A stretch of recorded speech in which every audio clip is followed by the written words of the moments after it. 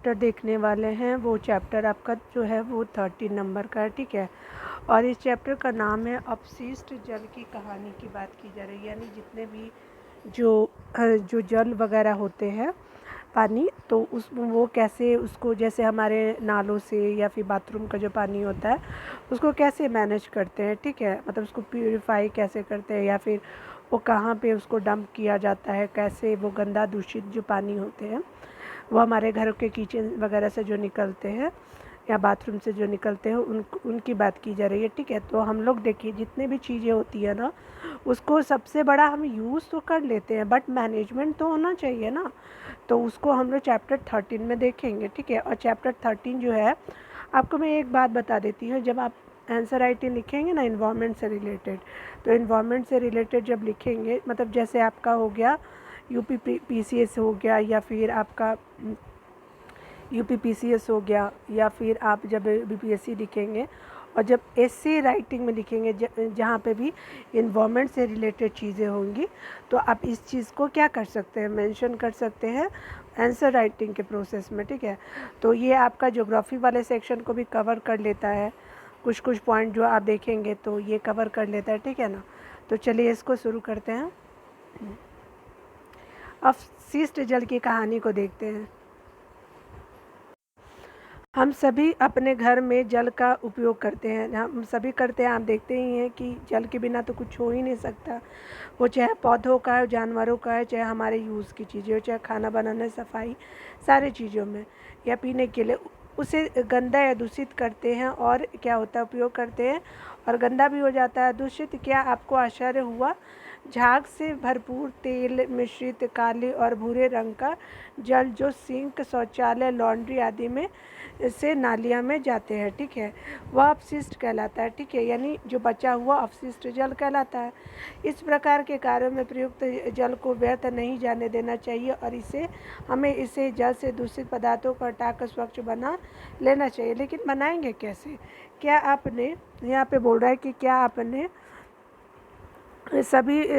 कभी सोचा है कि अपशिष्ट जल कहाँ जाता है और इसका क्या होता है, ठीक है। तो चलिए देखते हैं, पॉइंट देखते हैं कि जल और हमारी जीवन रेखा की बात की जा रही, तो जो स्वच्छ जल मानवों की मूलभूत आवश्यकता होती है, यानी जो साफ पानी होता है वो क्या है, इंसानों यानी मनुष्यों की मूलभूत आवश्यकता है। आइए हम स्वच्छ जल के विभिन्न उपयोगों पर विचार करते हैं, ठीक है। और यहाँ पे देखिए एक वृत्ताकार बनाया हुआ है स्वच्छ जल का, हम लोग कहाँ का उपयोग करते हैं, तो यह बना सकते हैं। ऊपर देखते हैं, जो जो मेन पॉइंट रहेगा ना उसको कवर कर लेंगे। दुर्भाग्य से उपयोग के लिए उपयुक्त स्वच्छ जल सभी को उपलब्ध नहीं है। एक रिपोर्ट के अनुसार 1 अरब से अधिक व्यक्तियों को सुरक्षित पेयजल उपलब्ध नहीं है, यानी 1 अरब से अधिक व्यक्तियों को मतलब क्लीन वाटर ही उपलब्ध नहीं है, ठीक है। इसके कारण विश्व की जनसंख्या का बहुत बड़ा भाग जो जल संबंधी रोगों से पीड़ित है, यानी जो पानी है वो दूषित पी रहे हैं, ठीक है, और मृत्यु का ग्रास बन रहा है, क्योंकि पानी से बहुत सारी बीमारियां होती है, हमको पता नहीं चलता लेकिन होती है, ठीक है। संभवतः जो है वो आपको पता होगा कि कई क्षेत्रों में लोग यहाँ तक कि बच्चों को स्वच्छ जल लाने के लिए कई किलोमीटर पैदल चलना पड़ता है, जैसे राजस्थान वगैरह का जो एरिया हो गया। यह जो है मानव की गरिमा के लिए गंभीर समस्या नहीं है, तो यही बात पूछा जा रहा है। आपको जनसंख्या वृद्धि, प्रदूषण, औद्योगिक विकास, प्रबंधन और अन्य कारकों के कारण और लवण यानी ताजे जल की आपूर्ति में बढ़ती कमी के बारे में पता होगा। स्थिति की गंभीरता को समझते हुए विश्व जल जो है दिवस को संयुक्त राष्ट्र को जनरल असेंबली ने 2005 से 15 की अवधि को जीवन के लिए जल पर कार्य करने के लिए अंतर्राष्ट्रीय दिवस के रूप में घोषित किया है, ठीक है। कब? तो 22 मार्च 2005 को किया गया है। और जो अवधि है वो क्या है कि आपका संयुक्त राष्ट्र की जनरल असेंबली होती है। संयुक्त राष्ट्र जो है इंटरनेशनल ऑर्गेनाइजेशन है, और ये उसी का ये पार्ट है जनरल असेंबली। तो 2005 से लेकर 2015 तक की बात की जा रही है, और ये क्या है कि 10 सालों तक की इस दशक में किए जाने वाले सभी प्रयासों का उद्देश्य उन व्यक्तियों की संख्या को घटाकर आधा करना है जिन्हें सुरक्षित पेयजल उपलब्ध नहीं है। ऐसा देखने में आता है कि इस उद्देश्य की प्राप्ति के लिए काफ़ी प्रयास किया जा रहा है, लेकिन अभी बहुत कुछ बाकी है। ठीक है, आगे देखते हैं। प्रयास तो किया जा रहा है लेकिन अभी बहुत कुछ करना बाकी है।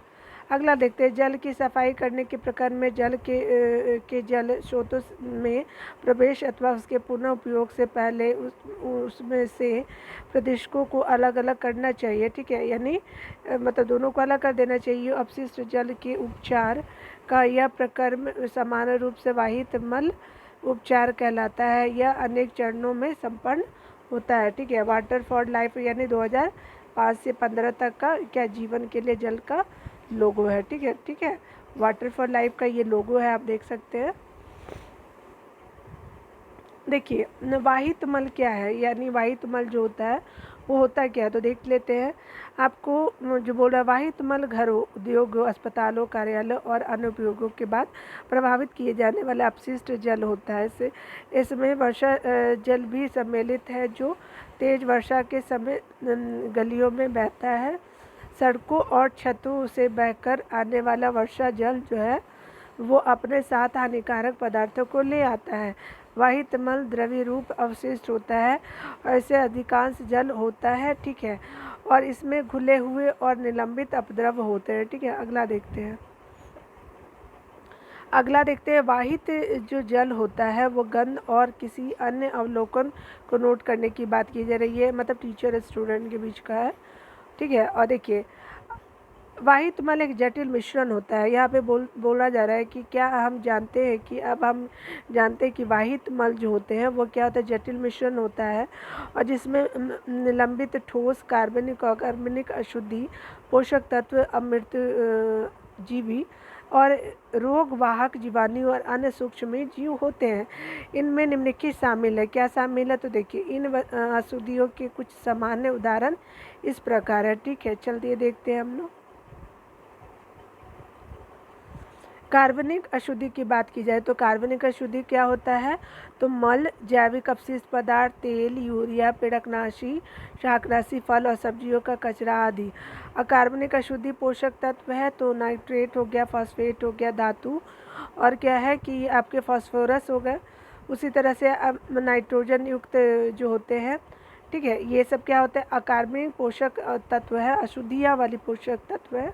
ठीक है, तो आपका क्या है, नाइट्रेट, फास्फेट, धातु और फास्फोरस और नाइट्रोजन युक्त पदार्थ होते हैं। ठीक है, जैसे हमको पता तो रहे हैं ना। देखिए जैसे कार्बनिक अशुद्धि क्या होता है, कार्बनिक है या अकार्बनिक है, तो देखिए कार्बनिक में क्या होता है, जो मतलब सब्जी, देखिए मैं आपको एक बात बताती हूँ, जैसे जो इन्वायरमेंट को ख़राब नहीं कर सकता है, जैसे देखिए क्या है कि मल हो गया तो मिट्टी में मिल जाता है, बाद में जैविक जो गोबर वगैरह होता है वो भी बाद में मिल जाता है, जो हम लोग मूत्र होता है वो भी हमारे क्या हो जाता है, मिट्टी में मिल जाता है।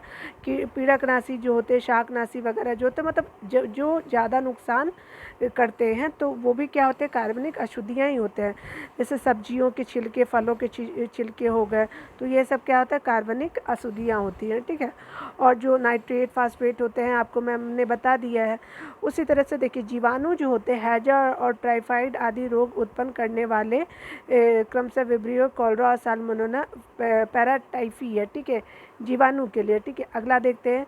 अन्य सूक्ष्म जीव की बात की जा रही है तो अन्य सूक्ष्म जीव जो है पेचिस आदि रोग उत्पन्न करने वाले प्रोटोजोआ है, यानी पेचिस आदि उत्पन्न करने वाले जो प्रोटोजोआ है वो क्या होते हैं तो अत्यंत सूक्ष्म जीव होते हैं। ठीक है, देखिए यहाँ पे जो आगे बोला जा रहा है तो कह रहे एक पॉइंट है, जल शोधन एक महत्वपूर्ण घटनापूर्ण यात्रा की बात की जा रही है। ठीक है, घरों और सार्वजनिक भवनों को स्वच्छ जल की आपूर्ति सामान्यतः पाइपों के एक जाल द्वारा की जाती है, यानी जल शोधन और जो सार्वजनिक भवनों में स्वच्छ जल जो होते हैं उनकी आपूर्ति पाइपों के एक जाल के द्वारा की जाती है, और पाइपों के एक अन्य जाल द्वारा उपयोग किए जा चुके जल को ले जाया जाता है। कल्पना कीजिए कि यदि हम भूमि के अंदर देख सकते हैं तो इसमें हमें बड़े और छोटे पाइपों का एक जाल दिखाई देगा। ठीक है, इसमें क्या होता है देखते हैं ना, जो हमारे किचन का होता है, बाथरूम का जो पाइप होता है पानी, सीवर कहते हैं, और वो उसको सीवेज वगैरह बना देते हैं, जो बड़ा बड़ा वाला सा गड्ढा होता है जो मिलकर मल विसर्जन की व्यवस्था करता है, ठीक है। और बाद में क्या है कि जैसे मान लीजिए कि बाथरूम का है तो वो मल विसर्जन वाला पाइपलाइन का ऐड कर देते हैं, और यह एक परिवहन तंत्र की तरह है जो वाहित मल को उसके उद्गम स्थल से उसके निपटान के स्थान अर्थात उपचार संयंत्र तक ले जाते हैं। देखिए हमारे जो घरों के जो अपशिष्ट पदार्थ होते हैं तो क्या होता है, टंकी में जाते हैं पाइप के थ्रू, उसके बाद वो क्या होता है कि वो पाइप के थ्रू जहाँ पे मतलब शहर का पूरा मल मूत्र जहाँ पे डाला जाता है, तो वहाँ पे बड़ी बड़ी नदियों में चाहे कहीं पे भी जहाँ पे गवर्नमेंट प्रोवाइड करती है वहाँ डाला जाता है, ठीक है। मल व्यवस्था में मेन होल समानता प्रति 50 मीटर से लेकर के 60 मीटर की दूरी पर दो अथवा अधिक सीवरों के संधि स्थल पर अथवा उन स्थानों पर स्थित होते हैं जहां दिशा में परिवर्तन होता है, ठीक है। तो इस तरह से बनाया जाता है। अगला देखिए, यहाँ पे बोला जा रहा है क्या कि अपने घर जो होते हैं, विद्यालय और सार्वजनिक, यहाँ पे बोला जा रहा है कि आप देख सकते हैं ये आपको एक्टिविटी करने के लिए, यहाँ पे कुछ स्पेशल नहीं है, देख लेते हैं। यहाँ पे देखिए आपको बोला जा रहा है कि यहाँ पे भी कुछ नहीं है। अगला देखते हैं ये एक्टिविटी जो करना है आपको। चलिए देख लीजिए आप लोग, यहाँ पे दिए हुए है कि यहाँ पे ये सारे एक्टिविटीज़ है, ठीक है, जो अभी इम्पोर्टेंट नहीं है। चलिए ये भी है, आगे देखते हैं। यहाँ इम्पोर्टेंट पॉइंट जो है देखिए, अपशिष्ट जल उपचार संयंत्र की बात की जा रही है, ठीक है। देखिए अपशिष्ट जल के उपचार में भौतिक, रासायनिक और जैविक प्रकार में सम्मिलित होते हैं जो जल को दूषित संदूषित करने वाले भौतिक, रासायनिक और जैविक द्रव्य को पृथक करने में सहायता करते हैं, ठीक है। सर्वप्रथम अपशिष्ट जल को ऊर्ध्वाधर लगी छड़ों से बने शलाका छन्ने से गुजारा जाता है।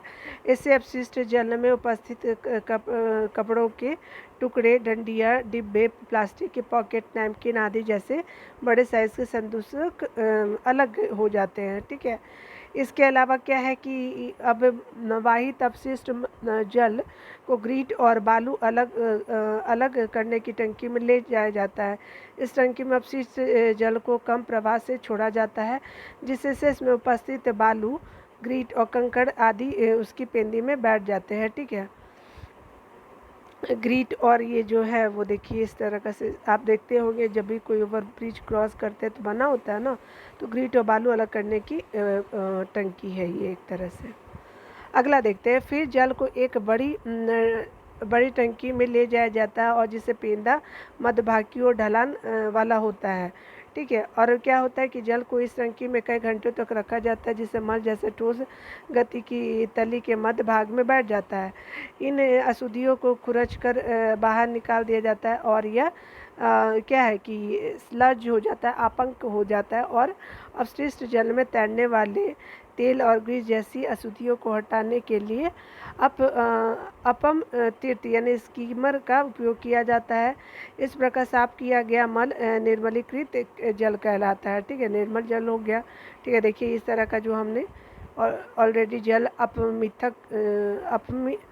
अपम चित्र है एक तरह का बना हुआ, जो इस तरह से किया जा रहा है। देखिए यहाँ पे क्या बोला है कि आप को एक पृथक टंकी में स्थानांतरित किया जाता है और यह एक अवायवीय जो ऑक्सीजन की अनुपस्थिति में होता है जीवाणुओं द्वारा अपघटित हो जाता है। इस प्रकार में उत्पन्न होने वाले बायोगैस जो होते हैं वो जैव गैस का उपयोग ईंधन के रूप में अथवा विद्युत उत्पादन के लिए किया जाता है, ठीक है।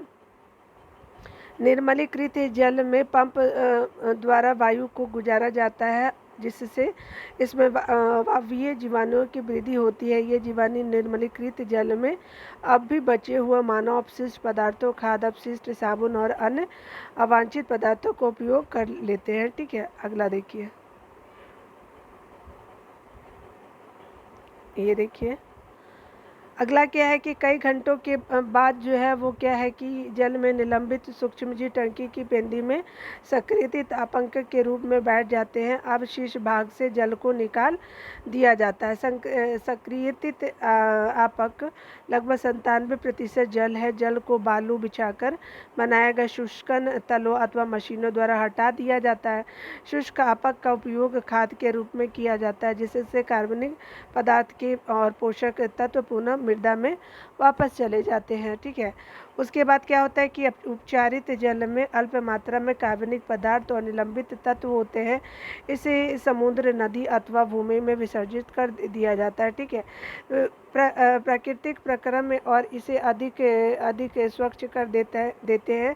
कभी कभी जल को वितरण तंत्र में निर्मुक्त करने से पहले उसे क्लोरीन अथवा ओजोन जैसी रसायनों से रोगाणु रहित कर लेना आवश्यक होता है। ठीक है, यानी उसको क्लोरीन डाल दीजिए या ओजोन जैसे रसायनों से उसको क्या करते हैं, उसके बैक्टीरिया को क्या कर देते हैं, मार देते हैं।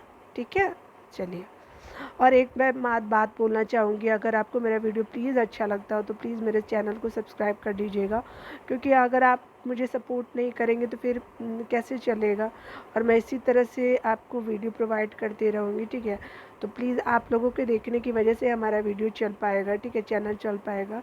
तो प्लीज़ आप, अगर अच्छा लगता है, अच्छा नहीं लगे तो कोई बात नहीं, लेकिन अगर अच्छा लगता है तो प्लीज़ आप मेरे चैनल को सब्सक्राइब कर सकते हैं। ठीक है, मैं विनती कर सकती हूँ, कोई ज़बरदस्ती नहीं है। ठीक है ना, तो चलिए आगे देखते हैं हम।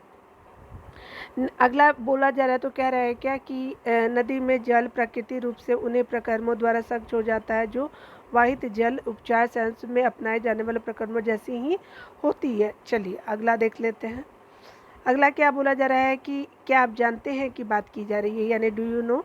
देखिए, यह सुझाव दिया जाता है कि हमें वाहित मल संयंत्रों के चारों ओर यूकलिप्टस के वृक्ष लगाने चाहिए। ठीक है, जो मल होते हैं, और ये क्या होते हैं, ये वृक्ष समस्त अतिरिक्त अपशिष्ट जल को अवशोषित कर लेते हैं और वायुमंडल में शुद्ध जलवाष्प को निर्मित करते हैं। यानी यूकलिप्टस का बेट, ये आतंक बोला जाता है, इसको प्रकृति का आतंक बोला जाता है। ठीक है, क्या होता है ना कि जहाँ पे इसको उगाया जाता है तो वहाँ की जो मतलब स्पेशल स्पीसीज होती है, तो यूकलिप्टस ही फैल जाता है।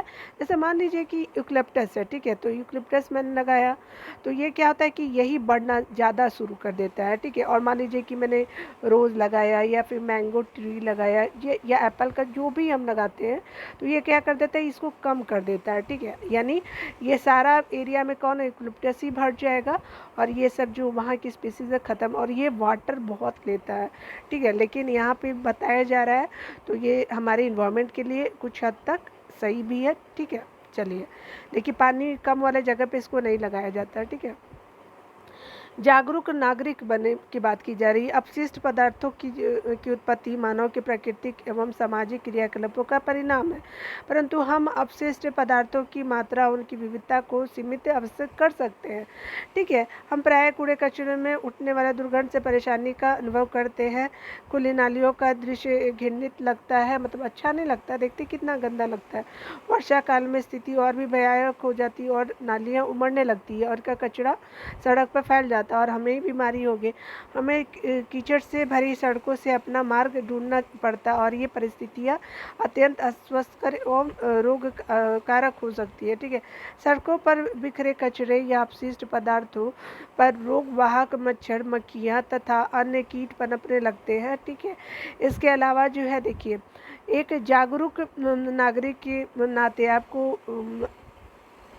आपका कर्तव्य है कि आप नागरिक, नगर पालिका और आप जो है ग्राम पंचायत को इन विषम परिस्थितियों के बारे में आग्रह करें, यानी इसको सफाई पे ध्यान देने की बात करने की बात की जा रही है। उनसे यथोचित कदम उठाने के लिए आग्रह करें, और यदि किसी घर से निकलने वाला वाहित जल आसपास के में गंदगी फैला रहा हो तो आप उनसे अन्य नागरिकों के स्वास्थ्य के लिए प्रति संवेदनशील होने का निवेदन कर सकते हैं। ठीक है, देखिए यहाँ पे बोल रहा है कि यहाँ पे आपका एक्टिविटी दिया हुआ है, आगे देखते हैं।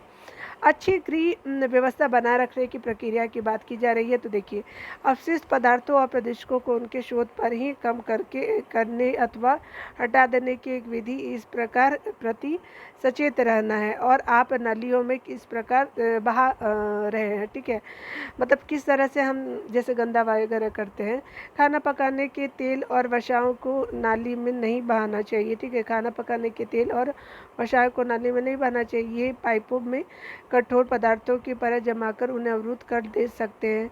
खुली नाली में वसा मृदा के रंध्रों को बंद कर देती है, जिससे उनकी जल को फिल्टर करने की प्रभावित कम हो जाता है, ठीक है। प्रभाविता जो होता है कम होता है। तेल और वसाओं को कूड़ेदारों में ही फेंकने को बोला जाता है, यानी पानी में ना मिलाए, ठीक है। क्योंकि देखिए, पानी में मिलाएंगे तो जो पानी में जो जानवर होते हैं, जो वो अच्छे भी जो रहते हैं, तो वो भी क्या हो जाते हैं, मर सकते हैं, ठीक है। केमिकल का काम कर सकता है।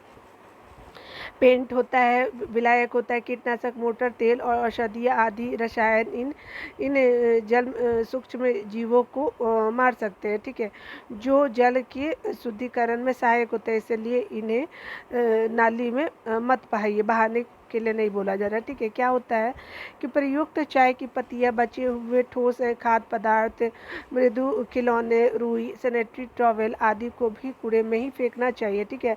उसके अलावा क्या ये जो है वो नालियों को अवरुद्ध कर देते हैं। ऐसे अपशिष्ट ऑक्सीजन का मुक्त प्रवाह नहीं होने देते हैं, ठीक है। और क्या होता है कि जो ऑक्सीजन का मिलता है वाटर को, वो नहीं मिल पाता है, ठीक है, ठीक है। उसके बाद क्या होता है कि जिससे निम्नीकरण का प्रकरण बाधित होता है, यानी जो छोटे छोटे कण में या डिकम्पोज जो होता है वो नहीं हो पाता है, यानी मुश्किल से हो पाता है, ठीक है। स्वच्छता और रोग की बात की जा रही है। तो देखिए, स्वच्छता और रोग की जो बात कर रहे हैं, तो स्वच्छता की कमी और संदूषित पेयजल अनेक रोगों का कारण बनते हैं। आइए हम अपने देश की स्थिति पर चर्चा करते हैं। हमारी जनसंख्या का एक बड़ा भाग आज भी मल व्यन अवस्था की सुविधा से वंचित है। ऐसे व्यक्ति मल विसर्जन के लिए कहाँ जाते हैं? हमारी जनसंख्या का बहुत बड़ा भाग खुले स्थानों, नदियों के किनारे, रेल की पटरियों, खेतों और अनेक बार सीधे सीधे जल स्रोतों में ही मलत्याग करते हैं। अनुपचारित मानव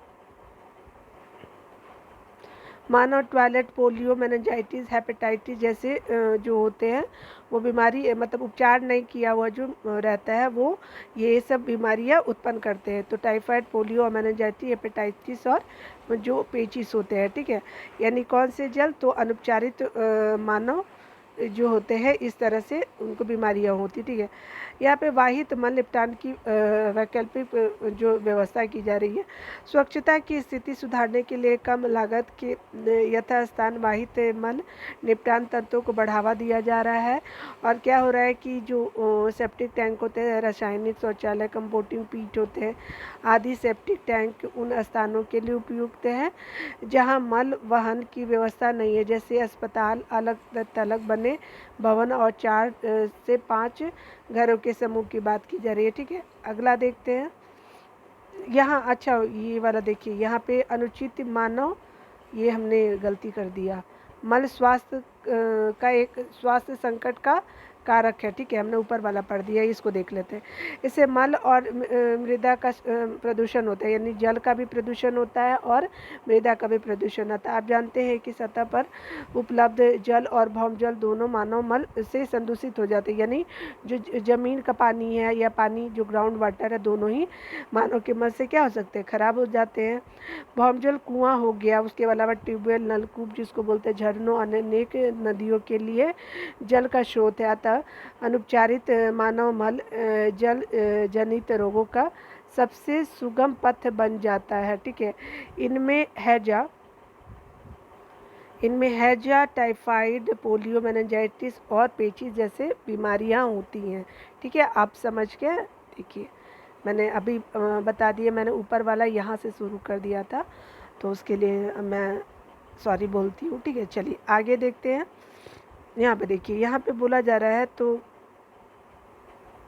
यहाँ पे देखिए कुछ संगठन जो है वो मानव अपशिष्टों के स्वच्छता पूर्वक निपटान की तकनीकी सुविधा प्रदान कर रहे हैं। इन शौचालय में अपमार्जन की आवश्यकता नहीं होती।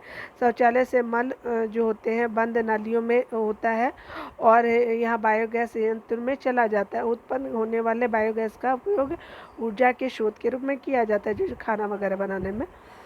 ठीक है, या अन्य काम में भी किया जाता है। देखिए, सार्वजनिक स्थलों पर स्वच्छता की बात की जा रही है, तो हमारे देश में समय समय पर मेले का आयोजन होता है। ठीक है, सभी बड़ी संख्या में लोग इनमें भाग लेते हैं।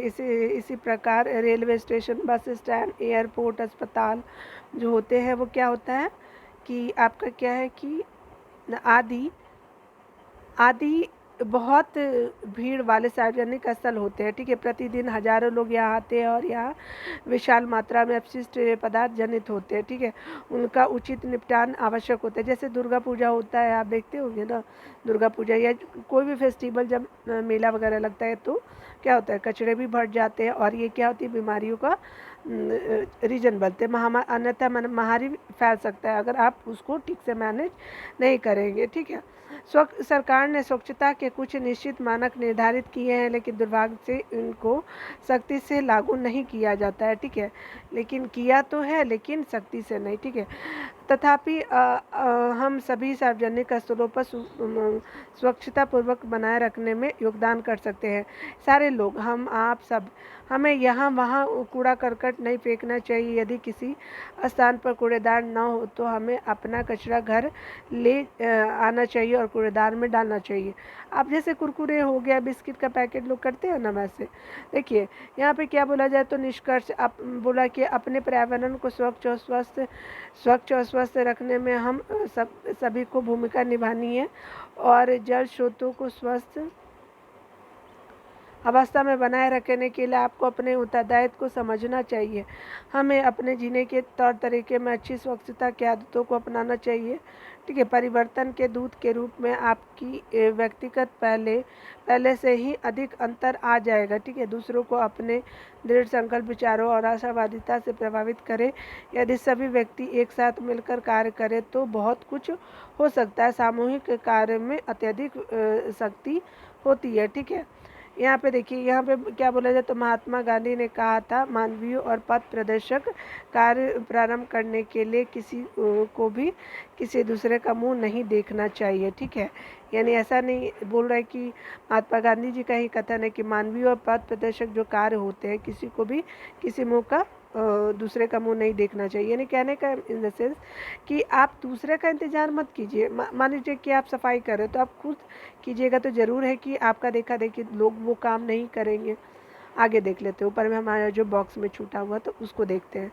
तो हम सभी जब करेंगे, देखिए सरकार नोटिस लिख देती है लेकिन हम करेंगे तभी तो। सारे जगह जैसे मैं देखती हूँ कि जो रेलवे स्टेशन होता है, बहुत सारे लोग कुरकुरे खा करके ट्रैक पे फेंक देते, वहाँ डस्टबिन लगा होता है, आप वहाँ डाल सकते हैं।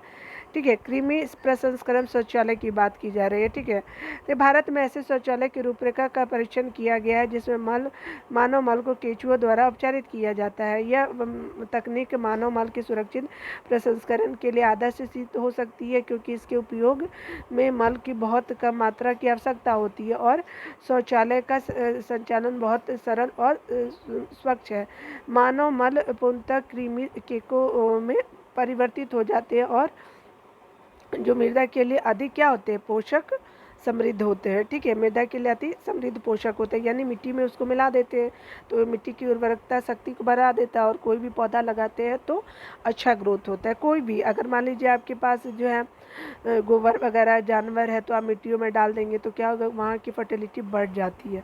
ठीक है, वर्ष 2016 में क्या हुआ कि भारत सरकार ने स्वच्छ भारत के नाम से एक नई मुहिम शुरू की थी। कब, तो स्वच्छ भारत 2016 में आई थी। ये आपका इम्पॉर्टेंट हो गया, साल पूछता है। ठीक है, इसके अंतर्गत कई अभियान शुरू किए गए, जैसे प्रत्येक व्यक्ति के लिए शौचालय सुनिश्चित करना और मल अपशिष्ट का उपयुक्त निपटान इत्यादि। ठीक है, तो इस तरह से मैंने आपका एनसीईआरटी क्लास 7 का कंप्लीट करा दिया है। ठीक है, और आज ये साइंस की ख़त्म हो गई है तो आपका दूसरा चैप्टर, दूसरा सब्जेक्ट को शुरू किया जाएगा। चलिए वन लाइनर को देख लेते हैं। प्रयुक्त जल अपशिष्ट जल कहलाता है।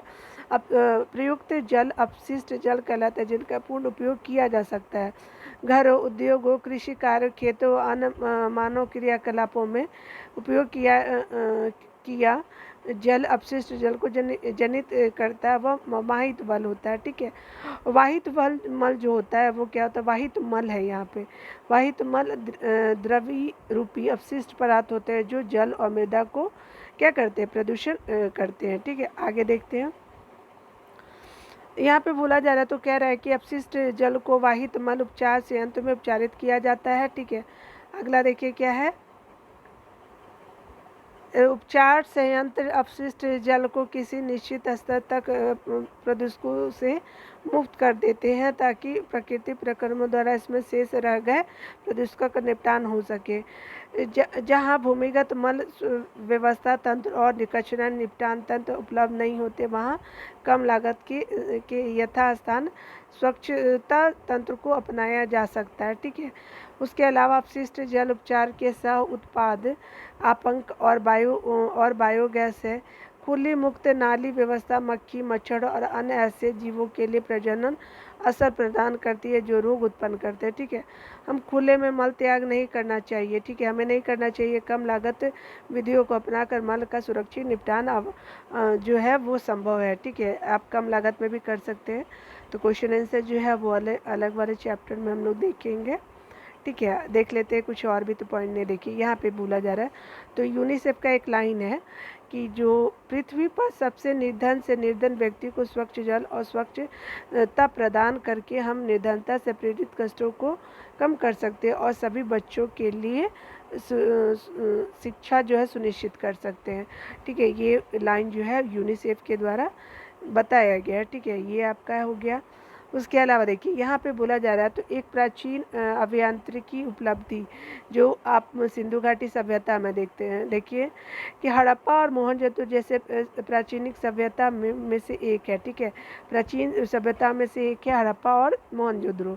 संभवतः विश्व का पहली शहरी स्वच्छता संयंत्र यहीं विकसित हुआ था और शहर में इस स्थित प्रत्येक घर अथवा घरों के समूह कुएं से अलग जल प्राप्त करते थे। ठीक है, स्नान के लिए पृथक कक्ष होता था और व्यर्थ जो जल बंद नालियों से बाहर निकलने का प्रबंध था जो प्रमुख सड़कों और गलियों में बनी होती थी। ईंटों का सबसे पुराना शौचालय लगभग 4500 वर्ष पुराना है। ठीक है, 4500 वर्ष पुराना जो ईंटों का शौचालय हमें देखने को मिलता है। ठीक है, तो यहाँ पे कुछ नहीं, रफ वर्क है। ठीक है, तो इस तरह से मैंने आपको पूरा चैप्टर 13 यानी क्लास 7 का क्या हो गया, कंप्लीट करा दिया है साइंस का। और अगर आपको मेरा वीडियो अच्छा लगता है तो आप चैनल को सब्सक्राइब कर सकते हैं। ठीक है, तो मिलते हैं अगले वीडियो में। इस तरह से आपका वीडियो देखने के लिए बहुत बहुत थैंक यू। अपना ख्याल रखिए।